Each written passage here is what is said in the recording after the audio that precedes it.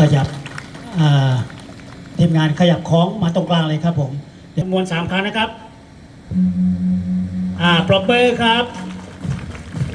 เอา3 ครั้งครับท่านนายกท่านนายกต่อครับผมเสร็จแล้วเดี๋ยวจบก่อนแล้วค่อยยกคล้องกลับที่เดิมเอาไม่เอา9 คนกล่าวว่าให้9 คนตีครับเชิญทีมงานทางอบจครับท่านนายกเป็นสักขีพยานแล้วครับผมท่านประธานเป็นสักขีพยานท่านธนพัฒน์นารนองมาเข้าวงบ่อยเสียจนรู้ทุกอย่างของเข้าวงผมขอบคุณองค์การบริหารส่วนจังหวัดกาฬสินธุ์ครับปรบมือให้กับอบจกาฬสินธุ์ด้วยครับผมเนื่องในพิธีเปิดกิจกรรมแห่เทียนพรรษาอำเภอเข้าวงประจำปีพุทธศักราช2569ขอเชิญชมได้ณบัดนี้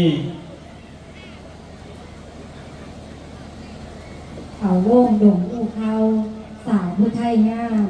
น้ำตกพริ้วทิวเขาเรียงรายมากมายพาหมอุดมวัฒนธรรมอ้างว่างท่านน้ำใสทฤษฎีไม่น้ำพระไทยจะในหลวง